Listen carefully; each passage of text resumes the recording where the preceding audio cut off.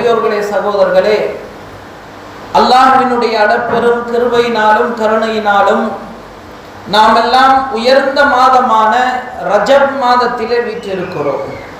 சங்கை குறித்தானவர்களே, இந்த ரஜப் மாதத்தில் தான் நபிகள் நாயகம் ஸல்லல்லாஹு அலைஹி வஸல்லம் அவர்கள் மிஅராஜ் என்ற அந்த விண்ணுலக பயணத்தை மேற்கொண்டார்கள்.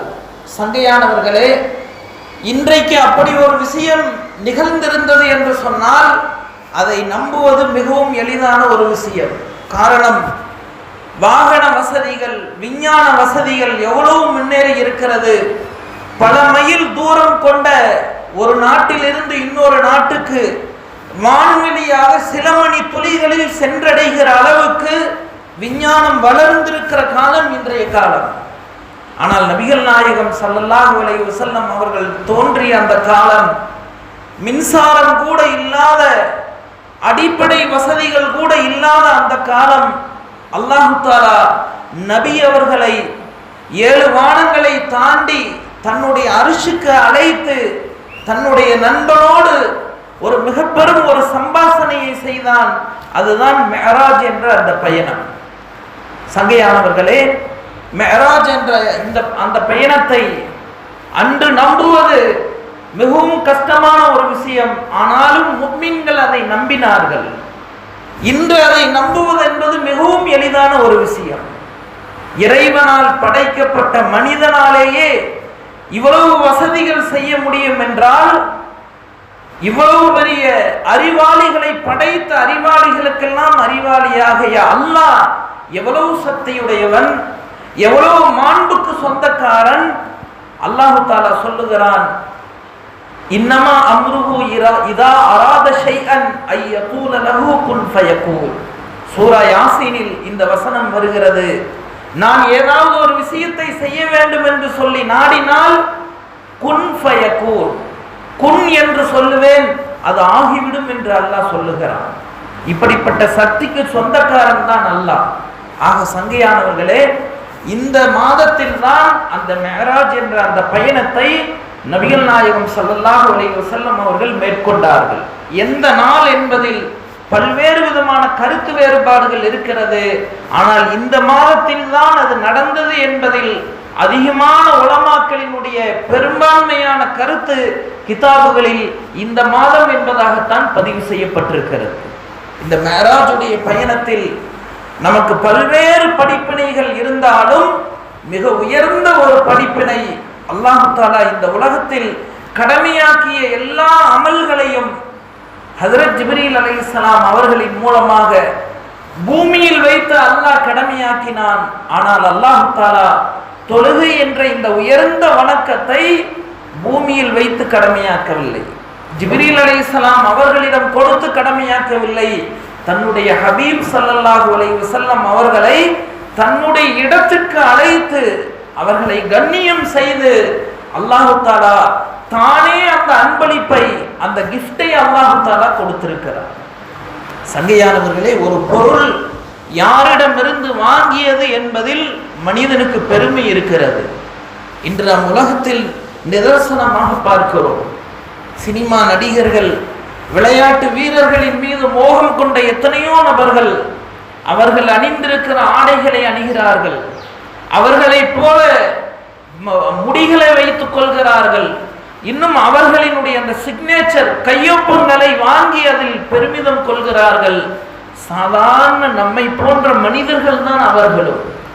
அதிலேயே இவ்வளவு பெருமிதம், இவ்வளவு பெருமை என்றால் யார் இந்த உலகத்தை படைத்தானோ, 7 வானங்கள் 7 பூமிகள், இந்த உலகத்தில் எத்தனை ஆயிரக்கணக்கான ஜீவராசிகள் இருக்கிறதோ அனைத்தையும் படைத்து பரிபாலித்து கட்டி காக்கக்கூடிய ரப்பு தானே ஒரு வணக்கத்தை கொடுத்திருக்கிறான் என்று சொன்னால், அந்த வணக்கம், அந்த அன்பளிப்பு, அந்த கிஃப்ட் எவ்வளவு உயர்வானது என்பதை உங்களது சிந்தனைக்கு நான் விட்டு விடுகிறேன். சங்கையாளர்களே, அதனாலதான் நம்ம தொழுகையில ஓதுறமே, 2வது இருப்பிலும் கடைசி இருப்பிலும் அத்தஹிய்யாத்து லில்லாஹி வஸ்ஸலவாத்து வத்தய்யிபாத்து என்ற அந்த அத்தஹியாத் என்பது நபி அவர்கள் மிஅராஜுடைய அந்த பயணத்தில் அல்லாஹ்வோடு பேசிய வார்த்தைகள், அல்லாஹ் அவர்களோடு பேசிய வார்த்தைகளைத்தான் ஒவ்வொரு நேர தொழுகையிலும் நாம் இன்று ஓதிக்கொண்டிருக்கிறோம். எனவே சங்கையானவர்களே, தொழுகையினுடைய முக்கியத்துவத்தை நாம் விளங்க வேண்டும். அதனாலதான் அல்லாஹ் குர்ஆன்ல ஒரே இடத்துல சொல்லி இருக்கலாம், அகீமுஸ் ஸலா, தொழுகையை நிலைநாட்டுங்கள் என்று. குர்ஆனை ஆய்வு செய்கிறோம், கிட்டத்தட்ட 62 இடங்களில் இந்த வார்த்தை இடம் பெறுகிறது, அகீமுஸ் ஸலா, தொழுகையை நிலைநாட்டுங்கள். ஒரு விஷயத்தை திரும்ப திரும்ப அல்லாஹ்வே சொல்கிறான் என்று சொன்னால் அது எவ்வளவு உயர்ந்ததாக இருக்கும் என்பதை நாம் சற்று சிந்தனை செய்து பார்க்க வேண்டும். குர்ஆன்ல பல இடங்கள் அல்லாஹ் சொல்றான், உத்லுமா ஊஹிய இலைக்க மினல் கிதாபி வ அகிமிஸ் ஸலா, நபியே உங்களுக்கு நாம் எந்த வேத வசனத்தை இறக்கி இருக்கிறோமோ அதனை நீங்கள் மக்களுக்கு ஓதி காட்டுங்கள், அதனை கற்றுக்கொடுங்கள். வ அகிமிஸ் ஸலா, தொழுகையை நீங்கள் நிலைநாட்டுங்கள். யா அய்யுஹல்லதீன ஆமனுஸ்தஈனு பிஸ்ஸப்ரி வஸ்ஸலா, ஓ ஈமான் கொண்ட விசுவாசிகளே, பொறுமையை கொண்டும் தொழுகையை கொண்டும் அல்லாஹ்விடம் உதவி தேடுங்கள். அகீமுஸ் ஸலாத வ ஆத்துஸ் ஸகாத வர்கஉ மஅர் ராக்கிஈன், தொழுகையை நிலைநாட்டுங்கள், ஜகாத்தை நிறைவேற்றுங்கள், தொழுபவர்களோடு சேர்ந்து நீங்களும் தொழுங்கள். இப்படி 1-2 வசனங்கள் அல்ல, கிட்டத்தட்ட உலமாக்கள் சொல்லுகிறார்கள், தொழுகையை பற்றியும் தொழுகை சார்ந்த விஷயங்கள். ஒரு மனிதன் ஆரோக்கியமானவர், அவர் எப்படி தொழ வேண்டும்? ஒரு மனிதர் ஊரில் இருக்கிறார், அவர் எப்படி தொழ வேண்டும்? ஒரு மனிதர் பிரயாணத்தில் இருக்கிறார், அவர் எப்படி தொழ வேண்டும்? ஒரு மனிதர் போரில் இருக்கிறார், அவர் எப்படி தொழ வேண்டும்? ஒழு எப்படி செய்ய வேண்டும்? ஒழு செய்வதற்கு தண்ணீர் கிடைக்கவில்லையா, அப்பொழுது ஒழுவிற்கு பகரமாக எதை செய்து நீங்கள் தொழுகையை நிறைவேற்ற வேண்டும்? இப்படி தொழுகையையும் அது சார்ந்த விஷயங்களை பற்றிய வசனங்களை கணக்கிட்டு சொல்கிறார்கள். முன்னால சொன்ன அந்த 62 என்ற எண்ணிக்கை தொழுகையை பற்றி, தொழுங்கள் என்ற கட்டளை. ஆனால் தொழுகையை பற்றியும் அது சார்ந்த விஷயங்களை பற்றியும் கிட்டத்தட்ட 600 இடங்களில் குர்ஆனில் வருகிறது. சங்கையானவர்களே, அப்படி என்றால் அது எவ்வளவு உயர்ந்த ஒரு வணக்கமாக இருக்கும். எனவே தான் அல்லாஹ் அதை திரும்ப திரும்ப சொல்லி காட்டுகிறான். இந்த உம்மத் அதில் பலவீனம் அடைந்து விடக்கூடாது, அதில் சோம்பல் காட்டிவிடக்கூடாது. அது அவ்வளவு உன்னதமான வணக்கம், அது அவ்வளவு முக்கியத்துவம் வாய்ந்த வணக்கம் என்பதை புரிய வைப்பதற்குத்தான் அல்லாஹ் திரும்ப திரும்ப அதை சொல்லிக்கொண்டே இருக்கிறான். எனவே சங்கையானவர்களே, எனவேதான் நபிகள் நாயகம் ஸல்லல்லாஹு அலைஹி வஸல்லம் அவர்கள் இப்படி சொன்னார்கள், குர்ரத்து ஐனி ஃபிஸ் ஸலா, எனது கண்களின் குளிர்ச்சி எனது தொழுகையில் இருக்கிறது. மன நிம்மதி, கண் குளிர்ச்சினா என்ன, அதுக்கு விளக்கம் உலமாக்கள் எழுதுறாங்க. மன நிம்மதி, சந்தோஷம், உள்ளத்தினுடைய மகிழ்ச்சியை அல்லாஹ் தொழுகையில் வைத்திருக்கிறான். இன்னைக்கு உலகம் மகிழ்ச்சியை, இன்பத்தை, சந்தோஷத்தை ஏதேதோ விஷயங்களில் தேடுகிறது. பணத்தில் மகிழ்ச்சியை மனிதன் தேடுகிறான், மதுவில் மகிழ்ச்சியை மனிதன் தேடுகிறான், பெண்ணின் மூலம் மகிழ்ச்சியை மனிதன் தேடுகிறான். ஆனால் அல்லாஹ் தஆலா அதிலெல்லாம் வைக்கவில்லை. அதெல்லாம் ஒரு சில கட்டங்களுக்கு மேல வெறுத்துரும். அதுவே மனிதன் தன்னை மாய்த்து கொள்வதற்கும் காரணமாகிவிடும். ஆனால் தொழுகை அப்படி அல்ல. அதனாலதான் நபி ஸல்லல்லாஹு அலைஹி வஸல்லம் அந்த தொழுகையினுடைய டேஸ்ட், அந்த சுவையை விளங்கியதால் தான் கால்கள் வீங்கும் அளவு இரவு நேரத்தில் நின்று தொழுதாங்களாம்.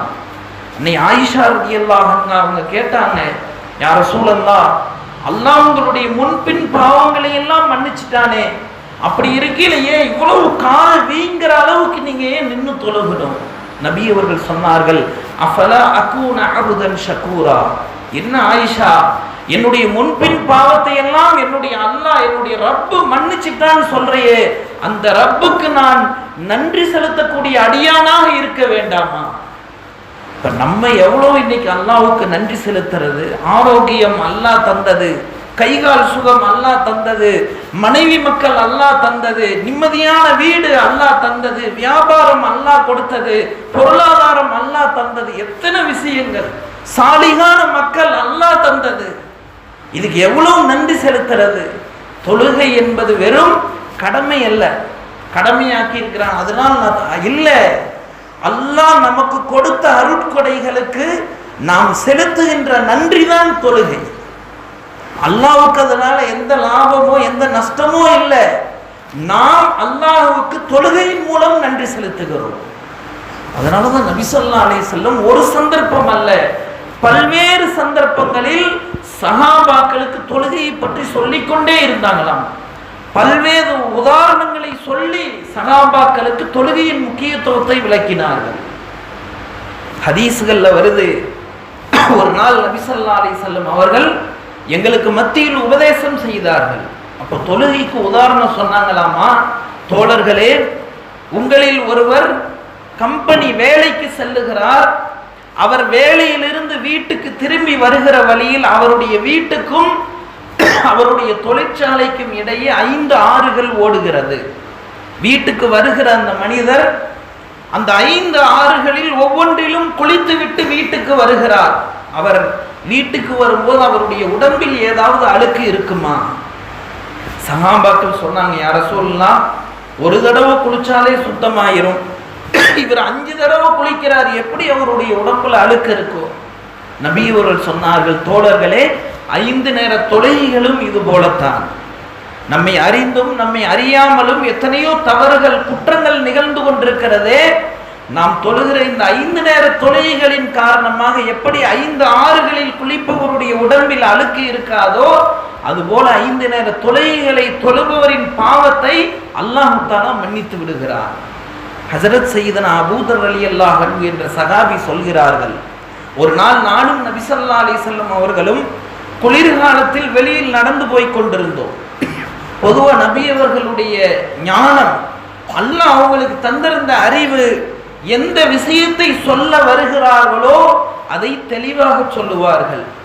முக்கியமான விஷயம் என்றால் அதை திரும்ப திரும்ப 3 தடவை சொல்லுவார்கள். அதை மக்களுக்கு பதிய வைக்க வேண்டும் என்பதற்காக சில உதாரணங்களின் மூலம் சொல்லுவார்கள். அந்த மாதிரி குளிர்காலத்தில் அபூதர் ரலியல்லாஹு அன்ஹு அவங்களோட நபி ஸல்லல்லாஹு அலைஹி வஸல்லம் அவங்களும் போறாங்க. பொதுவாக குளிர்காலத்தில் மரத்திலிருந்து எல்லா இலைகளுமே உதிரக்கூடிய காலம், இலை உதிர் காலம் அதுதான். நபி அவங்க என்ன செஞ்சாங்க, ஒரு மரத்தின் கிளையை பிடித்து குலுக்குகிறார்கள். அந்த மரத்திலிருந்து இலைகள் விழுகிறது. இப்ப கேட்டாங்களாமா, அபூதர், நான் ஏன் இப்படி செஞ்சேன்னு சொல்லி நீங்க கேட்க மாட்டீங்களா? உடனே ஒரு லப்பைக் யா ரசூலல்லாஹ், இதோ வந்துட்டேன், ஏன் நீங்க இப்படி செஞ்சீங்க? நபியவங்க சொன்னாங்க, எப்படி இந்த மரத்திலிருந்து ஒரு இலை கூட இல்லாம நான் குலுக்கின உடனே கீழே விழுந்துருதோ, இது போன்று 5 நேர தொழுகைகளை தொழுபவரினுடைய பாவங்களை அல்லாஹ் தஆலா மன்னித்து விடுகிறான்னு சொன்னாங்க. எனவே சங்கையானவர்களே, தொழுகை என்பது அவ்வளவு உயர்தரமான ஒரு வணக்கம். அல்லாஹ் நமக்கு தந்த அருட்கொடைகளுக்கு நன்றி செலுத்துவதுதான் தொழுகை.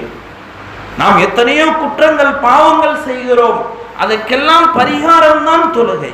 இன்னும் தொழுகைக்கும் வாழ்க்கைக்கும் நெருங்கிய தொடர்பு இருக்குது. தொழுகைக்கும் மனிதனுடைய வாழ்க்கைக்கும் நெருங்கிய தொடர்பு இருக்கிறது. அல்லாஹ் தஆலா குர்ஆன்ல சொல்றா, இன்ன ஸலாத்த தன்ஹா அனில் ஃபஹ்ஷாஇ வல் முன்கர், நிச்சயமாக தொழுகை மானக்கேடான அருவருப்பான விஷயங்களை விட்டும் மனிதனை தடுக்கிறது. வரலாறுகளில் எழுதப்படுகிறது, நபி ஸல்லல்லாஹு அலைஹி வஸல்லம் அவர்களிடத்தில் ஒரு மனிதர் சம்பந்தமாக சொல்லப்பட்டுச்சு, யா ரசூலல்லாஹ், இந்த மனிதர் பகலெல்லாம் தொழுகிறார், ஆனால் இரவு நேரமானதும் திருடுகிறார், இவரை என்ன செய்யலாம்? நபி அவர்கள் சொன்னார்கள், இன்ஷா அல்லாஹ் மிக விரைவில் அவருடைய தொழுகை அவரை நல்லவராக மாற்றிவிடும். எனவே சங்கையானவர்களே, ஒருத்தர் தொழுகையாளி என்று சொன்னாலே அவர் நல்லவர் என்பதற்குண்டான அடையாளம். மானக்கேடான விஷயங்கள், அருவருக்கு தகுந்த விஷயங்களை அவருடைய வாழ்க்கையில் அவர் செய்வதை விட்டும் தொழுகை அவரை தடுக்கக்கூடியதாக இருக்கிறது. இல்லை அப்படி தடுக்கல அப்படின்னு சொன்னா அவருடைய தொழுகையில் குறை இருக்கிறது என்று அர்த்தம். எனவே சங்கையானவர்களே, தொழுகை என்பது சாதாரண வணக்கம் அல்ல. ஏதோ 5 நேரம் வந்த குனியறோம் நிமிர்றோம், இதுவல்ல தொழுகை. தொழுகையில் அல்லாஹ் தஆலா நாம் அறியாத 1000 தத்துவார்த்தமான விஷயங்களை அல்லாஹ் தஆலா வைத்திருக்கிறார். அதனாலதான் ஒரு பெரியாரை பத்தி எழுதப்படும், ஒரு மதரசாவில் ஒரு உஸ்தாத் இருந்தாங்க, பெரிய ஷேக். அவங்களுடைய மாணவரிடத்துல தண்ணி எடுத்துட்டு வர சொல்றாங்க. கண்ணாடி கிளாஸ்ல ஒரு தண்ணி எடுத்துட்டு வர்றாரு. வரும்போது கால் தடுக்கி கிளாஸை கீழே போட்டு உடைச்சிடுறாரு. உடனே அந்த பெரியவங்க சொன்னாங்களாமா, அந்த உஸ்தாத், பேட்டா ஆப்கா நமாஸ்கு டீக் கரோ, மகனே உன்னுடைய தொழுகையை சரி செய், உன்னுடைய தொழுகை சரியில்லை, அதனாலதான் பொருள் உனது கையை விட்டும் தவறுகிறது. எனது வியாபாரத்தில் நஷ்டமா, எனது வாழ்க்கையில் சோதனையா, எனது வாழ்க்கையில் ஏதாவது நஷ்டங்களா? காரணம், நான் தொழுகையில் குறை செய்கிறேன். அதனாலதான் குர்ஆன்ல தனி ஒரு வசனத்தில் அல்லாஹ் சொல்லுகிறான், அல்லதீனஹும் அன் ஸலாத்திஹிம் சாஹூன். பொடுபோக்காக சோம்பலாக தொழுகிறவர்களுக்கு கேடுதான் விளையும். என்ன பொடுபோக்க தொழுகிறதுனா என்ன? நேரம் தவறி தொழுகிறது, நேரம் கிடைச்சப்ப தொழுகிறது, 2-3 தொழுகை ஒன்னா சேர்த்து தொழுகிறது. இவர்களைத்தான் அல்லாஹு தஆலா இந்த வசனத்தில் அவர்களுக்கு கேடுதான் விளையும் என்று அல்லாஹ் சொல்லுகிறான். எனவே சங்கையானவர்களே, தொழுகையில் பேணுதல் வர வேண்டும். தொழுகை அவ்வளவு உன்னதமான ஒரு வணக்கமாக இருந்து கொண்டிருக்கிறது. ஹஜ்ரத் சையதுனா உமர் ரலியல்லாஹு அன்ஹு அவர்களுடைய ஆட்சி காலம், கிட்டத்தட்ட அவங்களுடைய ஆட்சி எவ்வளவு பறந்து விரிந்தது. இன்னைக்கு நம்ம கணக்கு போடனா கிட்டத்தட்ட ஒரு 15 நாடுகளுக்கு சமமான அளவு அவங்களுடைய ஆட்சி பரப்பளவு இருந்தது. அவங்களுடைய கவர்னர்களுக்கெல்லாம் ஹஜ்ரத் உமர் ரலியல்லாஹு அன்ஹு ஒரு லெட்டர் எழுதினாங்களாம், ஒரு கடிதம் எழுதினார்கள். அதுல அவங்க எழுதினாங்களாம, இன்ன உமூரக்கும் இந்தி அஸ்ஸலா. ஓ கவர்னர்களே, உங்களுக்கு பல்வேறு வேலைகள் இருக்கும், பல்வேறு பணிகள் இருக்கும், இருந்தாலும் என்னிடத்தில் உங்களது வேலைகளில் மிகவும் முக்கியமானது தொழுகையாகத்தான் நான் கருதுகிறேன். ஃபமன் ஹஃபிதஹா, எவர் அந்த தொழுகையை பேணுதலாக தொழுகிறாரோ அவர் மார்க்கத்தை பாதுகாத்து விட்டார், அவர் மற்ற அனைத்து அவருக்கு தந்த பொறுப்புகளையும் சரியாக செய்வார். யார் தொழுகையை வீணாக்கி விடுகிறாரோ, தொழுகையில் எவர் நியமமாக இருக்க மாட்டாரோ அவர் தீனையும் அழித்து விடுவார், அவருக்கு கொடுக்கப்பட்ட பொறுப்பிலும் அவர் குறை செய்து விடுவார். எனவே நீங்கள் தொழுகையில் கவனம் செலுத்துங்கள் என்று கடிதம் எழுதுவார்களாம். யாருக்கு எழுதின கடிதம்? ஏதோ ஒரு சாதாரண நபருக்கு அல்ல, ஒவ்வொரு பகுதிக்கு உள்ள கவர்னர்களுக்கு ஹஜ்ரத் உமர் ரலியல்லாஹு அன்ஹு கடிதம் எழுதினாங்களாம். இன்னைக்கு நம்ம பார்க்குற சின்ன சின்ன வேலை தான். நம்ம என்னென்ன காரணங்களை சொல்றோம், தொழுகைக்கு நேரம் இல்லைங்க, நான் பிஸியான ஆளு, எனக்கு அது இது. கவர்னருக்கே ஹஜ்ரத் சையதுனா உமர் ரலியல்லாஹு அன்ஹு எழுதினாங்க, உன் வேலையில முதல் வேலையே தொழுகை தான்.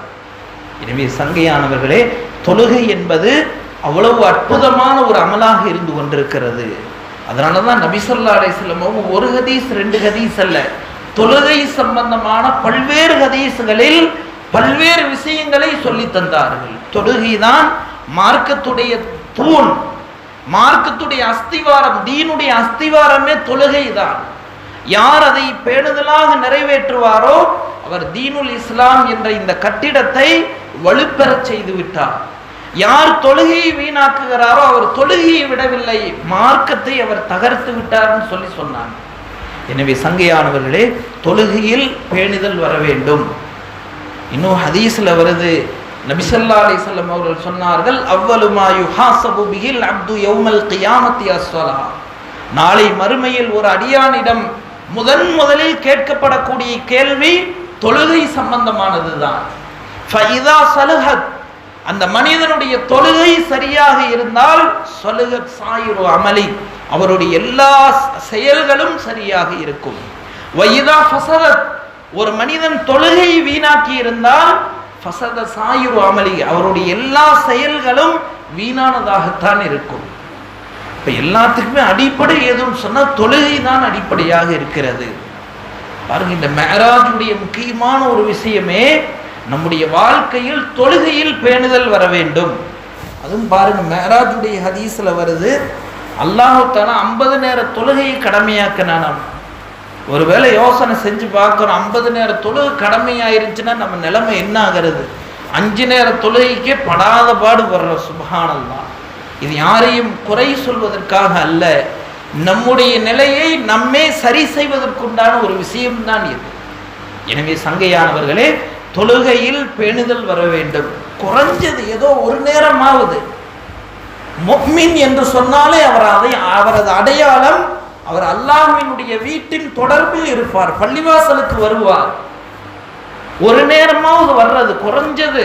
ஆரம்பத்தில் என்னங்க, என்னால முடியாது, எவ்வளவு இருந்தாலும் ஒரு நேரமாவது வர்றது. போய் ஒரு பிஸியான ஒரு அரிசி கடைக்காரரை சந்திச்சு சொன்னாங்க, ஜி நீங்க பள்ளிவாசலுக்கு வாங்க தொழுகிறக்கு. அவர் சொன்னாரு, மாற்றி வர்றதுக்கு யாரும் இல்லை, நான் மட்டும்தான் இருக்கிறேன். நான் விட்டு வந்தேன்னு சொன்னா ஒன்று பொருள் காணாமல் போயிடும், அல்லது வியாபாரம் வீணா போயிடும், நான் எப்படி இங்கே வர்றது? இப்போ அவர்கிட்ட சொல்லப்பட்டுச்சாமா, நீங்கள் அரிசி கடை வியாபாரம் தான், விட்டு வர முடியாது, எல்லாம் சரிதான், 3 நேரம் சாப்பிட்றீங்களா? ஆமாங்க சாப்பிட்றேங்க. எத்தனை மணிக்கு கடை திறப்பீங்க? காலையில் 6 மணிக்கு கடை திறப்பேன். காலையில் சாப்பாடு 9 மணிக்கு போய் சாப்பிட்டு வந்துடுவோங்க. சரி, மதிய சாப்பாடு 1 மணிக்கு போவாங்க. இரவு சாப்பாடு 8 மணிக்கு கடையை அடைச்சிட்டு போயிடுவாங்க. அந்த கடையை அடைக்கிறீங்கல்ல சாப்பிட்றதுக்காக, அந்த நேரத்தில் மட்டும் நீங்கள் என்ன செய்யுங்க, சாப்பாட்டோட ஒரு 10 நிமிஷம் தொலைக்கு நேரத்தை சேர்த்திக்குங்க. அவர் என்ன செஞ்சார், முதல்ல லுகர் தொலைக்கு மட்டும் வந்தார். நேராக கடையை பூட்டினோன்னு பள்ளிவாசலுக்கு வந்துடுவார், தொழுகுவார், அப்புறம் போய் சாப்பிட்டு அப்புறம் கடைக்கு போவார். அதே போல் அடுத்து என்னாச்சு, இஷா நேரத்துக்கு வந்தார். கடையை பூட்டினோன்னு நேராக வருவார் பள்ளிக்கு, தொழுவார், அடுத்து போய் அவருடைய தேவைகள். இந்த 2 நேரத்தை ஃபாலோ பண்ணாரு. பின்னால எப்படி ஆயிடுச்சுன்னு 5 நேரமும் அவருக்கு லேசாக ஆனது. அப்பதான் அவர் புரிஞ்சுக்கிட்டாரு, நான் தான் இத்தனை நாள நேரம் இல்லைன்னு நினைச்சிட்டு இருந்தேன், ஆனா நேரத்தை நான் தான் எடுக்கணும். ஓய்வுக்காக நேரத்தை ஒதுக்குகிறோம், திருமண நிகழ்ச்சி நேரத்தை ஒதுக்குகிறோம், விசேஷங்களுக்கு நேரத்தை ஒதுக்குகிறோம், உடம்பு சரியில்லை ஓய்வுக்கு நேரத்தை ஒதுக்குகிறோம், ஹாஸ்பிட்டல் போடு நேரத்தை ஒதுக்குறோம். யாரும் இதுக்கெல்லாம் என்ன சொல்றது இல்லை, எனக்கு வேலைங்க. ஒரு சொந்தக்காரர் வந்து கல்யாண பத்திரிக்கை வைக்கிறாங்க, யாராவது சொல்லுவோமா இந்த கிழமை எனக்கு வேலை இருக்கு நான் வரமாட்டேன்? யாரும் சொல்ல மாட்டேன். வந்துடுறேன், எப்படியாவது வந்துடுறேங்க. அந்த எப்படியாவது வந்துடுறேங்க என்ற அந்த முனைப்பும் அந்த ஆர்வமும் எப்படியாவது தொழுகணும்னு வந்துச்சுன்னு சொன்னா தொழுகை லேசாக ஆகிவிடும். எனவே சங்கையானவர்களே, நம்ம எப்படிப்பட்ட வேலையில் இருந்தாலும் தொழுகையில் பேணுதல் வர வேண்டும். அதே போல பெண்களும் அப்படித்தான், வீட்டில் தொழுகையை பேணுதல் செய்ய முயற்சி செய்ய வேண்டும். எந்த வீட்டில் ஆண்களும் பெண்களும் தொழுகையாளிகளாக இருப்பார்களோ அல்லாஹு தஆலா அவர்களது வீட்டில் பரக்கத்தை தருகிறான், மகிழ்ச்சியை தருகிறான், சந்தோஷத்தை தருகிறான், நோய் நொடி இல்லாத வாழ்க்கையை தருகிறான். நம்ம இன்னைக்கு நினைச்சிட்டு இருக்கோம் வெறும் செல்வத்துல உலக விஷயங்கள்ல மட்டும்தான் நிம்மதி சந்தோஷம் இல்லை, அதுல எல்லாம் அல்லாஹ் வைக்கல. அதெல்லாம் தேவையை பூர்த்தி செய்வதற்குண்டான ஒரு விஷயம். நோய் வந்துருச்சு, மருந்து வாங்கறதுக்கு காசை பயன்படுத்தலாம், ஆனால் அந்த மருந்தின் மூலம் நிவாரணம் அல்லாஹ் தான் தர வேண்டும். ஒரு பொருள் விருப்பமா இருக்குது, காசை பயன்படுத்தி வாங்கலாம், அணியலாம் ஒரு ஆடை, ஆனால் அதன் மூலம் அக மகிழ்ச்சி என்பது அல்லாஹ் தான் தர வேண்டும். இந்த மாதிரி ஒவ்வொரு விஷயத்திலும். எனவே சங்கையானவர்களே, ஆண்களும் தொழுக வேண்டும், பெண்களும் தொழுக வேண்டும். ஏதோ ரமலான் வந்துச்சுங்க நம்ம தொழுவோம் அவ்வளவுதான் அப்படின்னு இல்லை. தொழுகை என்பது ரமலானில் மட்டுமல்ல, வார வாரம் வெள்ளிக்கிழமை ஜும்மாவுக்கு மட்டுமல்ல, ஒரு முஃமின் 5 நேரங்களும் தொழக்கூடியவராக இருக்க வேண்டும். நபிகள் நாயகம் ஸல்லல்லாஹு அலைஹி வஸல்லம் சொன்னார்கள், யார் 5 நேர தொழுகைகளை பேணுதலாக தொழுது வசதி இருந்தால் ஜகாத்தை நிறைவேற்றி அவர் மரணித்தார் என்று சொன்னால் அல்லாஹு தஆலா அவரை சொர்க்கத்தில் நுழைய வைப்பார். எனவே ஒரு மனிதர் சொர்க்கத்துக்குள்ள போகணும் அப்படின்னு சொன்னா அதுக்கு பாஸ், அதுக்கு கீ சாவி என்னன்னு சொன்ன தொழுகை தானே வாங்க. நபி ஸல்லல்லாஹு அலைஹி வஸல்லம் அவர்கள் ஹதீஸில் சொன்னார்கள், அஸ்ஸலாத்து மிஃப்தாஹுல் ஜன்னah, தொழுகை சொர்க்கத்தின் சாவியாகும். யார் தொழுகையை பேணுதலாக தொழுகிறாரோ அவர்தான் சொர்க்கத்திற்குள் நுழைய முடியும். இங்க சாவி இல்லைன்னா எனக்கு கதவை உடைச்சிட்டு உள்ள போயிடலாம், அங்க சொர்க்கத்துல அப்படி போக முடியாது. போகும்போதே சாவியோடு நாம் போக வேண்டும். அதுக்கு என்ன விஷயம், தொழுகையில் பேணுதல் காட்ட வேண்டும். எனவே தொழுகை என்பது அவ்வளவு உன்னதமான ஒரு வணக்கம். நாளை மறுமையில முதல் கேள்வியே அந்த தொழுகை தான். அதனால குறைஞ்சபட்சம் வேலையில் இருக்கிறோம், முடியாது, பல சந்தர்ப்பங்கள் இருந்தாலும் ஓய்வு நேரங்கள் இருக்குது. காலை நேர தூக்கத்துல தான் இருக்கிறோம், ஃபஜ்ருக்கு ஒரு 10 நிமிஷம். இரவு எப்படி எல்லாரும் வேலையை விட்டு வந்துடலாம், இஷா நேரத்துல வீட்டில தான் இருப்போம், அந்த தொழுகை குறைஞ்ச இந்த 2ஐயும் என்ன செய்யறது, பேணுதல் காட்டுவது. அல்லாஹு தஆலா அதன் பரக்கத்தால் நம்மை பேணுதலான தொழுகையாளிகளாக அல்லாஹு தஆலா ஆக்குவான். நபி ஸல்லல்லாஹு அலைஹி வஸல்லம் அவங்க அதனாலதான் ஹதீஸ்ல சொன்னாங்க, ஒரு முஃமினுக்கும் காஃபிருக்கும் ஃபர்குல் முஸ்லிமி வ பைனல் காஃபிர், ஒரு முஸ்லிமுக்கும் காஃபிருக்கும் இடையில் இருக்கிற வேறுபாடு தொழுகைதான். தொழுகைதான் இவர் முஸ்லிம் இவர் காஃபிர் என்பதை வேறுபடுத்தி காட்டுகிறது. எனவே சங்கையானவர்களே, தொழுகை என்பது அவ்வளவு உன்னதமான வணக்கம். அல்லாஹு தஆலா நாளை மறுமையில் முதலாக அது சம்பந்தமாகத்தான் நம்மிடம் கேள்வி கேட்பான். எனவே இந்த உலகத்தில் தொழுகையுடைய பேணுதலை நாம் கொண்டு வர வேண்டும். அதனால தான் இப்ராஹிம் அலைஹிஸ்ஸலாம் மிகப்பெரிய நபி, ஹலீலுல்லா, அல்லாஹ்வுடைய நண்பர், உங்க பல்வேறு துஆக்களை கேட்டாங்க. அவர்கள் கேட்ட துஆவில் ஒரு துஆ இதுவாக இருந்து கொண்டிருக்கிறது: யா அல்லாஹ், என்னையும் எனது சந்ததிகளையும் பேணுதலான தொழுகையாளிகளாக ஆக்குவாயாக. உயர்ந்த நபி, அல்லாஹ்வுடைய நண்பர், அவர் இப்படி ஒரு துஆ கேட்டிருப்பாருன்னு சொன்னா அந்த தொழுகை எவ்வளவு உன்னதமான